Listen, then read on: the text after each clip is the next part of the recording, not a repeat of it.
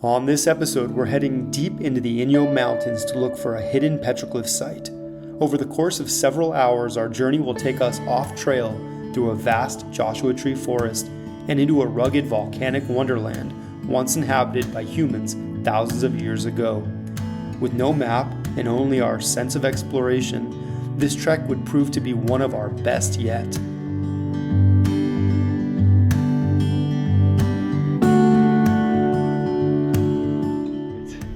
Today, we are going on a very special hike to a spot deep in the mountains across this vast Joshua tree forest, way up into a canyon beyond, to go check out some very old petroglyphs. We have a general direction of where we're going, but no specific map. Venturing into unexplored canyons is one of the most rewarding hiking experiences one could have. With a little planning and a lot of luck, new discoveries abound. We've made it to the base of the mountains. These are volcanic flows from millennia ago, tens of thousands of years most likely. And we're actually kind of following somewhat of a trail, which seems to lead the way. Is this an old cow trail that we're on? Or was this the trail that the native peoples used? We're gonna be going up this wash here over that low rise, and then behind that ridge, and then somewhere in the canyon behind that ridge are the glyphs that we seek.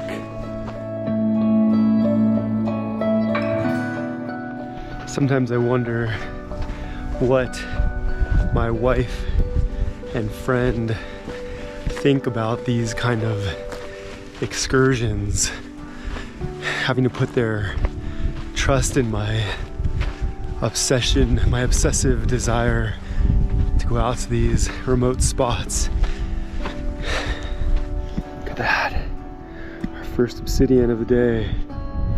Really cool. Maybe our first petroglyph rock.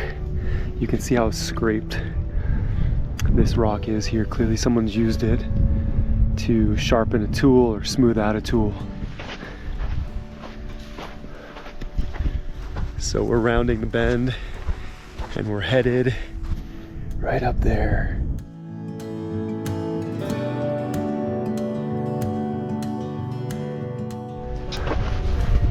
So we got our first glyphs here. You can see there's 1, 2, 3, 4, 5, 6 lines down there that have been scratched. Then you have this weird squiggly thing going on and a line coming down. I always like to think these are some kind of a map that indicates that this is the canyon here that we're at. As we walked deeper into the canyon, the petroglyphs became more and more abundant and more impressive. Around every bend and in every crevice, there was something new to see. Check these ones out.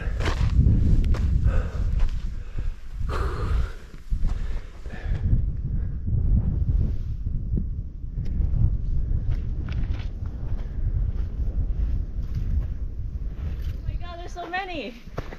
Wow, check out all those bighorn sheep petroglyphs. Wow. Cool. There's even one down here that's so faded. Incredible. This place is thousands of years old. It's probably been a very, very long time since people lived here.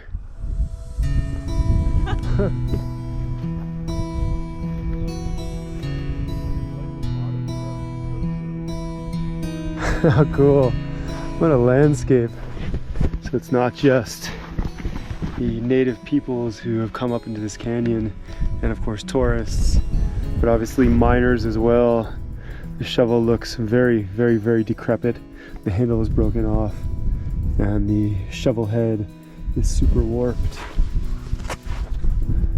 And to confirm that last point, you can see up on this rock here that there's some inscriptions more modern. Some bighorn sheep on these rocks here. Interesting curvilinear designs. Addle up there. Something over there, but this one looks pretty cool.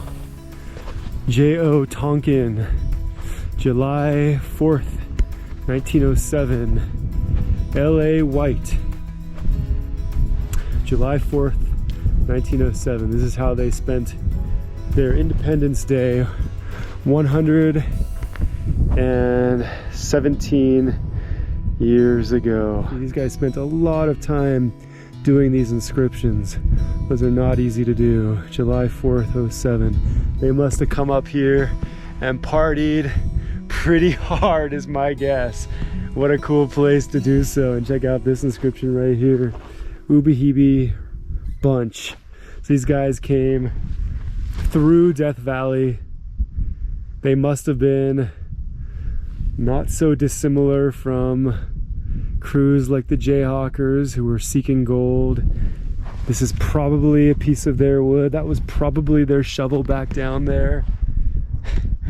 Really, really remarkable. Whoever did this one, I don't know if this is 2005 or 1905, but they clearly were not, they had no interest in preserving the original rock art that was here. You can see they carved into this bighorn sheep. You can see the lines of this other inscription here. But because they carved so deeply, they basically made the prior petroglyphs illegible. Clearly, though, this spot that we're at is very, very old because some of these petroglyphs are pretty much no longer even visible.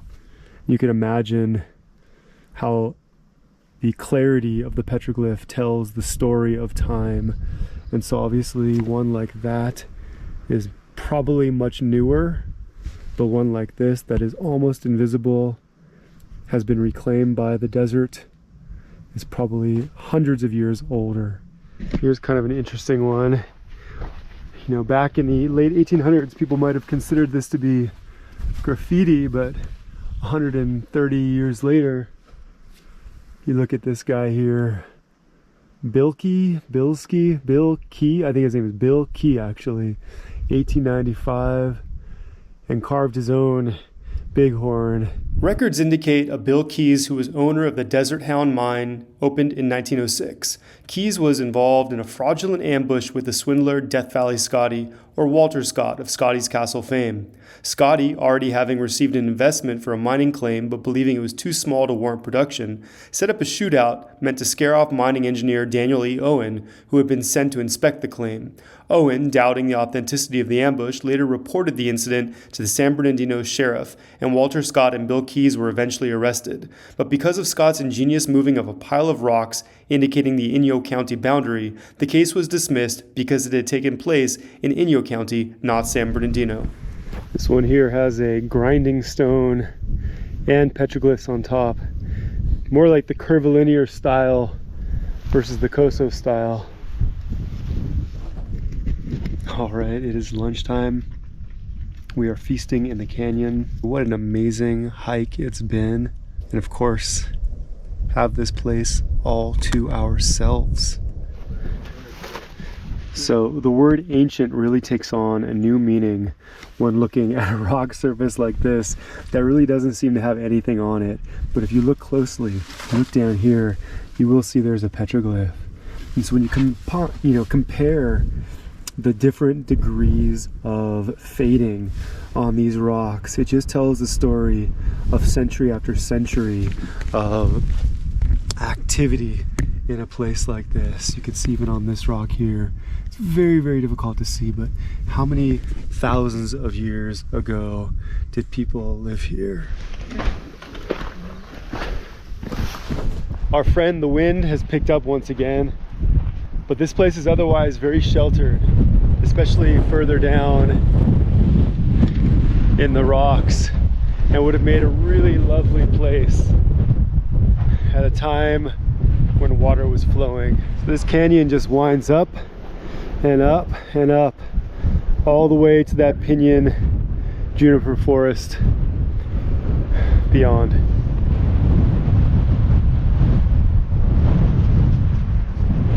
And we found this really old, what looks like a cigar.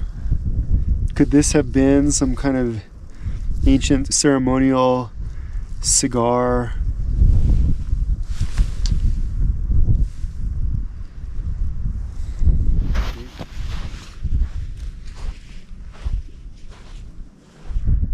But just when we thought we were done and headed back, we came up on this little plateau here and discovered that this is the village site for where the people would have actually lived. I want to show you something that I found looking on the ground. So cool. Look at that tiny little arrowhead. All right, we are leaving the canyon behind us. Kind of sadly, it was really a spectacular place to visit, but we've been here for a good hour and a half, and we have a decent walk back. So, you know, in reflection, all I can hope is that these kinds of places are preserved, not only the environmental aspect, but also the artifacts that we found here. Because there's something really compelling about doing a trek across the desert to a spot like this. It's like being at the best museum, outdoor museum that you can imagine.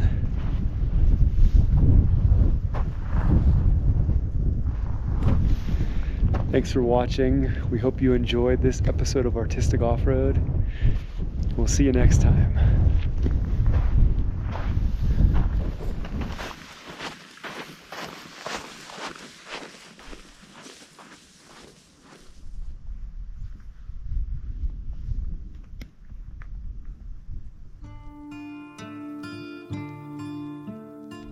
The wind has been gusting all afternoon.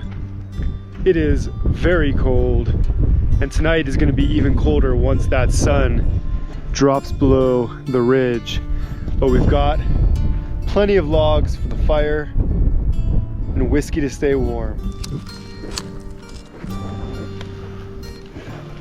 So tonight is Thai wheat noodles with arabiki sausages from Japan, mushrooms, and soyaki.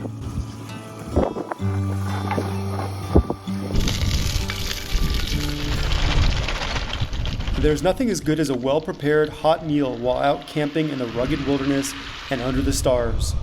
Taking your time to prepare something delicious will go a long way toward making for a happy belly and a restful mind.